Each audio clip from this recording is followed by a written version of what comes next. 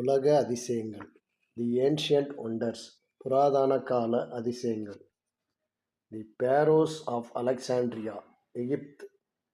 எகிப்து நாட்டில் அலெக்சாண்ட்ரியாவில் அமைந்துள்ள கலங்கரை விளக்கம்.